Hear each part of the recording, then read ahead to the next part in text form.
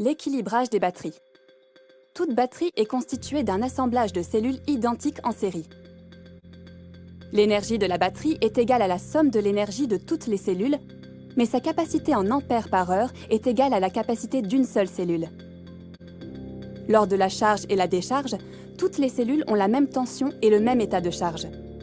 Toute l'énergie de chacune des cellules est utilisable.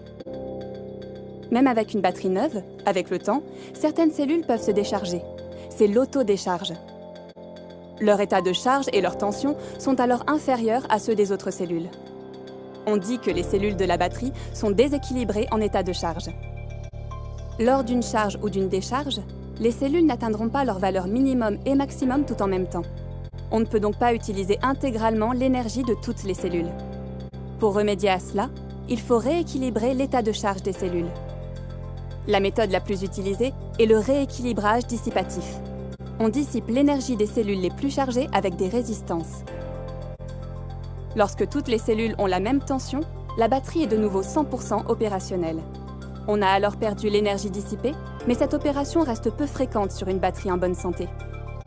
Lorsque la batterie vieillit, des écarts de capacité apparaissent au sein de la batterie.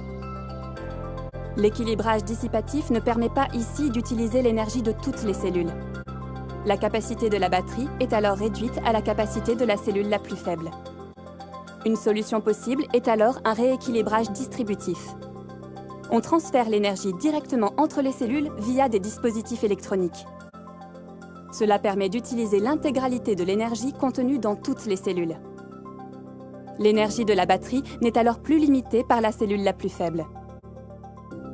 Aujourd'hui, ce type de rééquilibrage plus onéreux n'est utilisé que dans de rares cas, comme l'aérospatiale. Demain, les batteries de seconde vie, issues de la mobilité électrique, seront constituées de cellules déséquilibrées en capacité. L'équilibrage distributif sera donc beaucoup plus pertinent et servira davantage d'usage.